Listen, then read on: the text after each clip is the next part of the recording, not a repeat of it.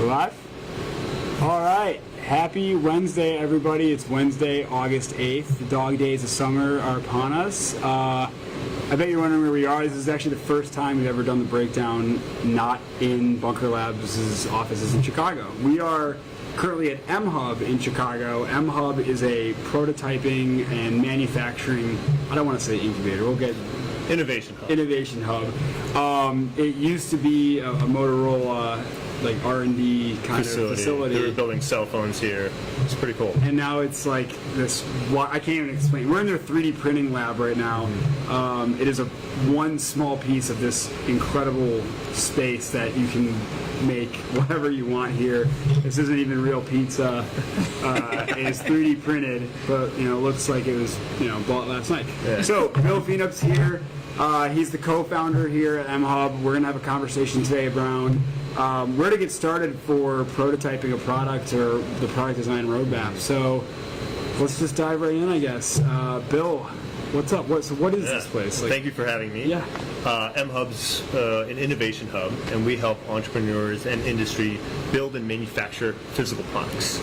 And we try to lower the barriers to entry to make it easy for anyone to come in with an idea or a concept, take it through development, all the iterations, through manufacturing, and then launch a business around that product. Yeah. And so we, create the conditions for product innovation to thrive. Mm-hmm. And how we do that is we give the entrepreneurs access to resources, to mentorship, to networks, to manufacturing connections, to all the tools. There's over $1 million worth of equipment in this lab right now, and we've got about $5 million worth of equipment, throughout mHUB. Yeah. So you get access to that equipment. We teach you how to use the equipment, train you, and access to a community of other entrepreneurs that are building similar products or that have experienced or have failed in all steps of the process. And so I think it's that community that's the most powerful asset that we have. Yeah. It's crazy. When I did my orientation here like a month and a half ago, the gentleman to my right was here. I don't want to say what company he was from, but it was big. They might do oil. It's okay. Yeah. Big company. They were trying to create like one little, I want to say caliper. I don't know what it was, but one little mechanism that they could put that would create better safety conditions for one device somewhere. And the person to my left was here to create like a Bluetooth device that would that was it. I'm forgetting what it was. They were wildly different things, though, and these people can come and exist in the same spot and have access to these same materials, which is incredible. Such a variety of things that are being built or manufactured here. I think the core of it is that we're all designing and developing things that are manufactured and sold. And so that's kind of the general theme of mHUB and what we focus our resources and efforts towards. 3D printed pizza. That's right. And 3D printed donut. 3D printed donuts. This was actually scanned and 3D printed on the J750 Stratasys machine back there, and that's the highest end 3D printer we have. But you get real life colors. I mean, I almost ate this. I almost grabbed it off of my friend. He was holding it. David in the shop, and I almost grabbed it and ate it because I thought it looked so real. Yeah. So you guys can't feel it, but it's actually pretty heavy. It is heavy. Yeah, it's heavy. Yeah. I think it's heavier than these weights that we're getting. Yeah, definitely. Actually, it might be. Anyway, so the real conversation I think is like, so if I'm, well, I guess if I'm just myself, and I want to start let's get some background on you, I guess, first. Sure. So, yeah. Graduated from MIT. Yep. You're from St. Louis. Catalyze Chicago. Yeah. Yeah. You can talk to them. So I guess where it started is, I had a great background in product development. I came from MIT, studied mechanical engineering for my undergrad and master's degree. Got into toy product development in grad school and had the opportunity to work with Hasbro designing Nerf guns and Super Soakers. They paid for my graduate education, which was amazing. Yeah. And then I wanted to do, that was my dream job, like building Nerf guns and making them shoot farther. And then I wanted to get a bit more serious. And so I came to Chicago, back to the Midwest, close to St. Louis, where I grew up. And the people here are really nice in the Midwest. And I worked for IDEO, which is a product development firm. Right? Yeah. And so I did some consulting, went to Insight Product Development after that, and spent about 7 years doing product development consulting. So what's great about consulting is you get on a variety of projects, you learn the product development steps, you learn to understand the customer needs, and build a product around that, and then manufacture it. But then, I wanted a bit more upside. I wanted to become an entrepreneur with these skills. And I thought, I also looked at my billing rate and when I was getting paid, and I was like, wow, there's a huge mismatch here. And so I, made that decision that every entrepreneur goes through is like, do I quit my job or, what do you do? And one day I just quit my job and had a couple of ideas that I wanted to pursue, but also had some consulting on the side so that I could pay the bills and sort of be an entrepreneur without having a huge risk. Smart. And that's something that I hope to talk about later that we're addressing here at mHUB as well. But so, after taking that leap, I thought it was going to be easy because, at MIT and at Insight and IDEO, I had access to a lot of tools and resources. And then, when I found myself alone in my apartment, I took, before I took all those resources for granted. And I missed having, people to bounce ideas off of or other skill sets that you need to actually build and develop a product. Right. As a mechanical engineer, I didn't know how to design a circuit board or how to do packaging or the marketing material or like even how to launch a business, and there was such a lack of knowledge. So the first startups that I had, they didn't do so well. They failed. And then I noticed, I was like, well, why was I so successful at MIT and, at these product development firms, but not alone in my apartment? And so I recognized that you need a lot more resources. You need people to bounce ideas off of. You need manufacturing connections. You need tools and equipment. A lot of times it doesn't make sense to buy your own $400,000 3D printer if you're only going to use it to, make a donut.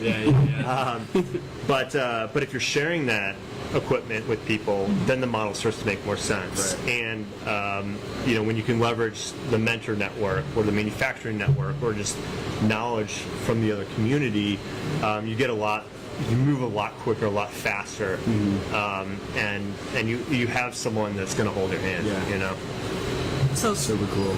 I don't think they know. You guys have only been here for about a year. Yeah, so we've been in this facility for a little over a year.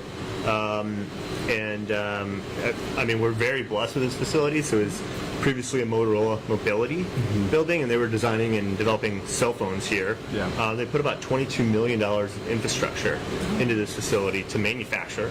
And we found it. It's about 63,000 square feet of space. And so I wish I had another camera. There's a lot going on all around. Yeah, but we'll address it in the hack.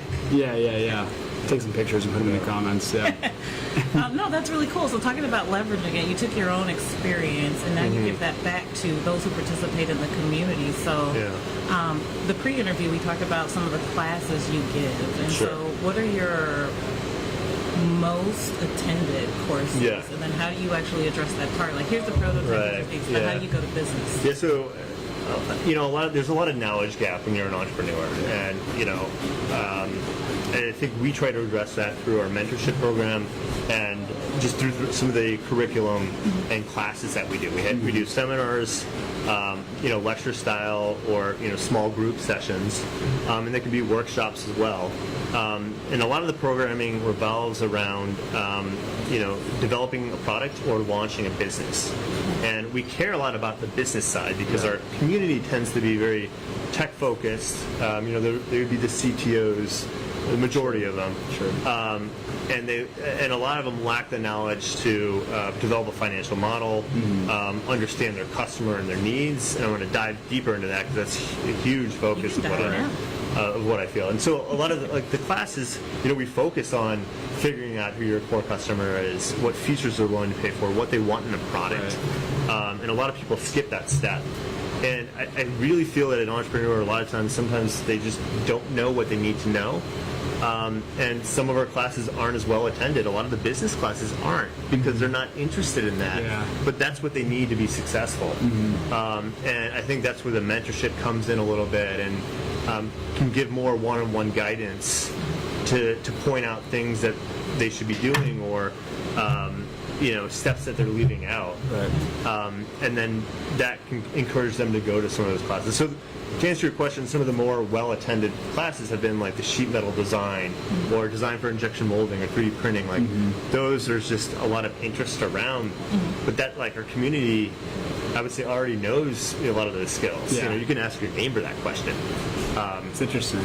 So what I'm hearing is basically, it's just, and this is like true, I think, for many entrepreneurs, is you silo yourself. You think you know everything. Yeah. You know some things really well. You try to be a jack of all trades, kind of. And then you're either not surrounding yourself with the right people that can come and fill those gaps for you, and hide your blind spots, or maybe you're just shy. I don't know. Yeah, well, I've also seen a lot of people build a company with their friends, and their friends tend to be, a very similar type of person that, like, my first company was a lot of mechanical engineers, because that's what I was. That's who I know. Yeah. And then it's so, mechanical engineering focused that there's like not even an electrical engineer, and you need that skill. Yeah. But there's no marketing person, there's no business person. Like, you need a real diverse type of group of skills, to create a valuable company. Right. So you do have a lot of diversity in here, right? Yeah. So what are the different, are they industries? Are they, what do you call them? Sectors, Yeah, or what are the like, different sectors that you so we do a lot in medical devices, consumer products, clean tech, some aerospace, actually robotics, industrial IoT. So IoT stands for Internet of Things. And the industrial IoT part is really pulling in a lot of data from machines and industry processes to make them more efficient. Sure. Or just, get some insights from, operations standpoint. Sure.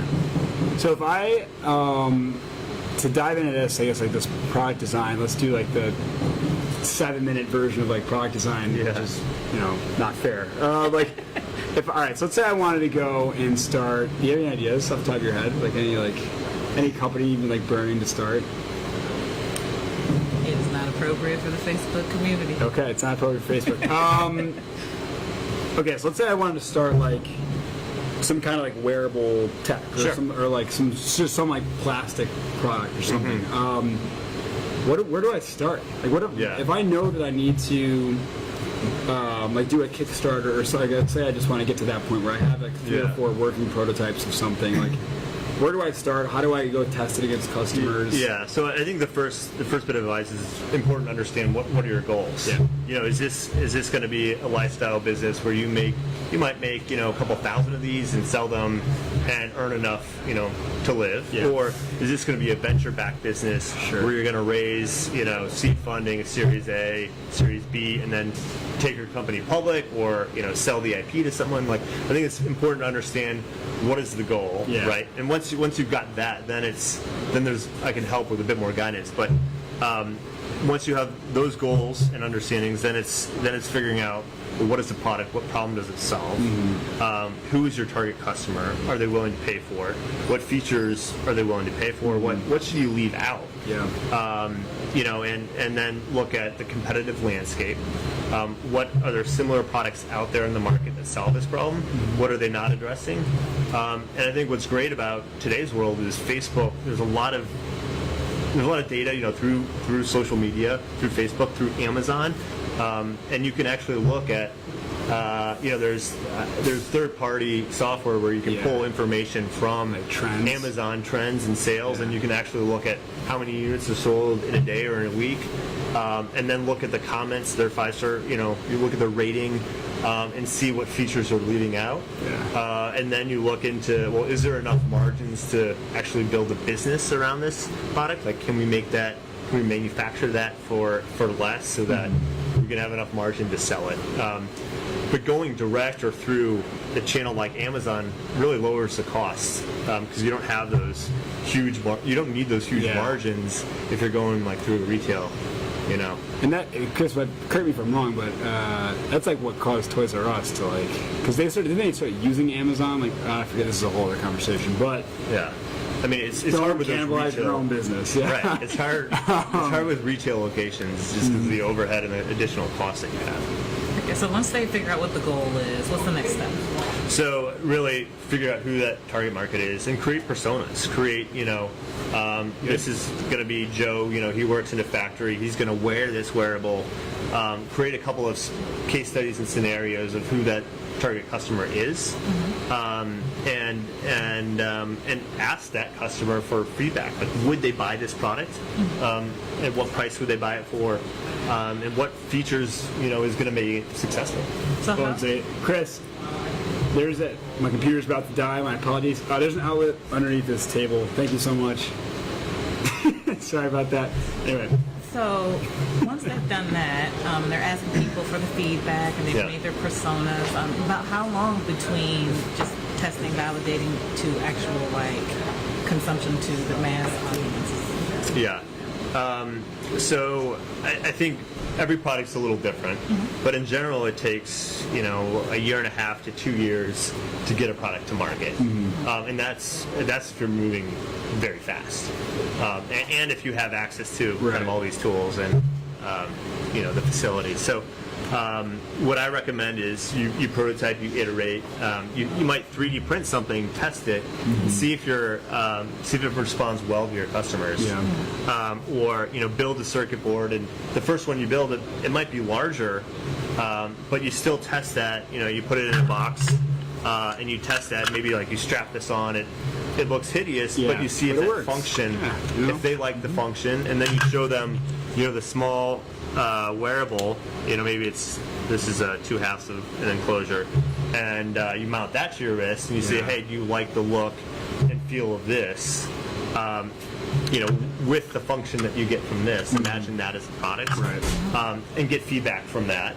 And you might find that certain features that you thought were going to be successful or not, or they may suggest, what if it vibrated, or what if it, tracked my location, or you may discover a need that customer has that you didn't think of from the beginning, and you can add that feature through your development. I just thought of a product. Ariel's got a product.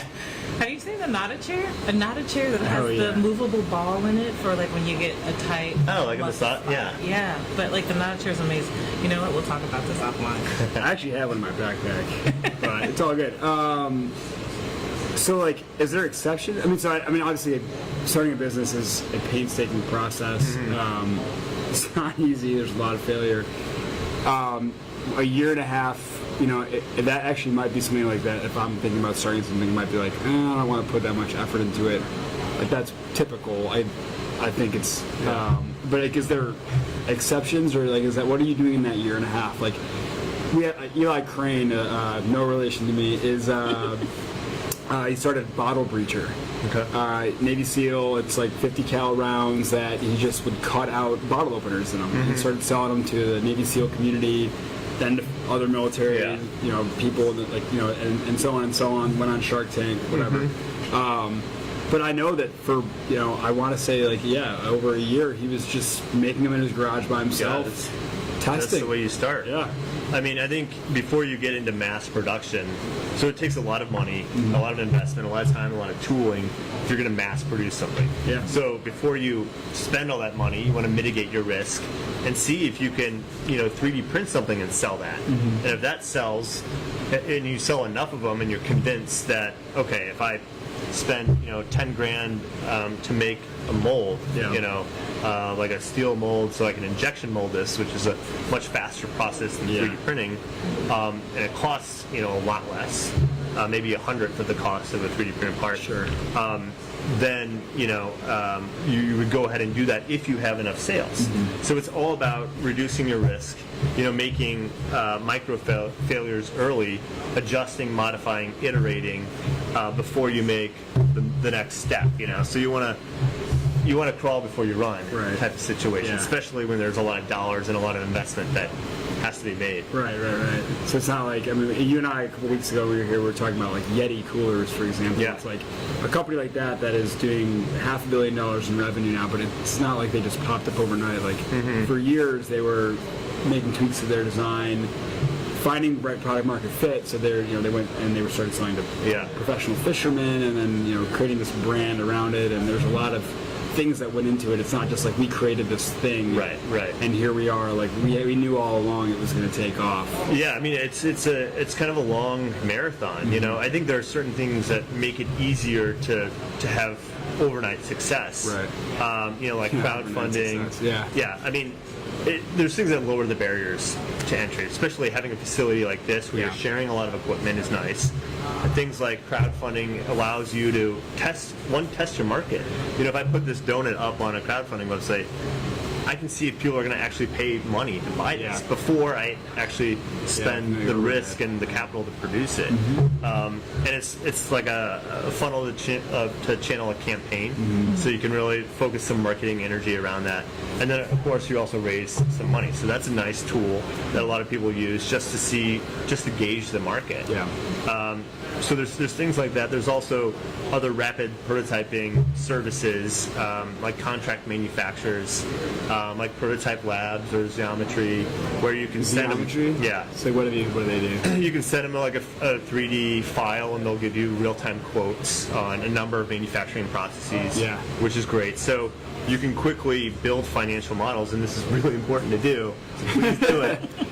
Build a financial model to see how much things cost and see if there's a business case around your donut idea before you actually spend a whole bunch of time prototyping it. I feel like a lot of people skip that step. They don't understand their market or the customer, and they don't understand if they actually need the product. They just think of this idea in their head that it would be great, and then they like to build, so they get in there, they start building, and then when it's time to see if there's a business or sell the product, no one actually buys it. So it's really important to start there. You start with the business plan. What's your go-to-market strategy? How are you going to do sales? Think about sales channel. Are you going to sell direct, online? Are you going to sell through like a Best Buy or through retail? So it really depends on the product and if you need to touch or feel it or eat it in our case before you buy it. So I think there's just a lot of different ways you can go with physical products. Is there hope? It sounds like this. It is this long marathon process, and there's a lot of directions you could take to get. Depending, I guess it could be a very simple idea, very complex. What can people do to guarantee or to mitigate risk or to improve their chances of selling something? I think it comes back to some of those small experiments. If you're selling something, you want to A/B test where you have two ads and you see which one responds better before you dump a lot of money. So say you're doing a Facebook ad. You test, two ads. Maybe you're selling the donut or the pizza. You see which ad works better, and if this one, gets 2 clicks and this one gets 100 clicks, you're going to go with this ad. And then you spend 10x or 100x on that ad rather than wasting money on this ad. And so that's one example of doing these small micro tests. And this would be a small failure, but it's not going to break the bank. Sure. And so I think it's good to do small tests, iterate, and learn from that experiment. And then that lowers your risk. When you have to spend the big dollars. Well, it just makes it sound so easy, No, I'm kidding. Time and money. Let's do hacks for the interest of time. So every week we do kind of like a quick little snake draft of something you use in your life that makes you more productive or makes you more efficient or yoga, it makes my head not explode. Whatever it is. What's something that people can use? Can I ask you for 2 hacks? One is something you personally use, and 2 is what is a place somebody who's thinking about starting a physical product, where can they go look? Is there a website to get information? Yeah, so I guess the first physical hack, maybe it's a body hack, mine. I noticed that when I work out, I have more energy and I'm more aware and I can think more clearly. And I noticed that I made a little pledge just to get up an hour earlier, and I either go work out or I come into work. And so if I don't want to work out that day, then I just show up to work an hour earlier and I get more work done. Or if I don't if I don't want to go to work, then I just work out. And you do either of those, and all you have to do is get up an hour earlier, And I think that's made a change in the past. I started doing this 3 weeks ago, and I like it. That made a difference. Yeah. So I don't know. Give that a shot. Try it. Yeah. I like that. I guess there's a couple of places around the U.S. where you can get access to tools and resources. There's other maker spaces. That's kind of like where you start if you're not serious whether or not you're going to turn it into a business. You can look for your local makerspace. There's a bunch of maps on Google where you just Google makerspace and one will pop up. Cool. There's great places in New York as well as LA. LACI is a great place. Lacey. They have a lot of equipment. They also focus a bit on business, and they have a clean energy tech. Yeah. If you're in Boston, Greentown Labs, this fabulous facility. New lab in Brooklyn, New York is great. And certainly Bolt in Boston. They're more of a venture company, but Sweet. They have a lot of good advice. Awesome. Appreciate that. Thank you. We're in all those locations. Yeah. So my hack, forgive me y'all, is next month's Bunker Brew, which will be here at the mHUB space. A shameless Bunker Lab plug is your hack. Yes. But my other hack is, so Pebble. I don't know if you guys know about Pebble, but Fitbit bought them, and I'm so mad about that. So anyway, I like Pebble. I actually sync my phone, my calendar to my Pebble, and so I never have to go to my phone because it reminds me 15 minutes before every phone call or every email I'm supposed to respond to, and I can talk to it. And they kind of went through a couple of different tests and types of looks and fits, and I love Pebble. Okay, that's it. That's all I got. All right. So yeah, Bunker Brews. If you're in Chicago next month, we're doing Bunker Brews here at mHUB. We also do them all around the country, every single month, in every location, most locations. I should preface that. Most One will be locations. special. We have a special guest and a special treat. So special that I don't even know what it is. Yeah, it's 3D printed donuts, 3D printed pizza, maybe 3D printed beer. Can we try that? I don't know. Probably. Oh man, that'd be fun. Beer. No, you're good. My hack is I just reread The Purple Cow by Seth Godin, a book about challenging saturated markets and challenging your own thoughts about things like physical products and like what makes them remarkable and stand out. Yep. It's a really short read. It's a really short listen on Audible. It's like 4 hours, if that. You can read the whole book in an hour.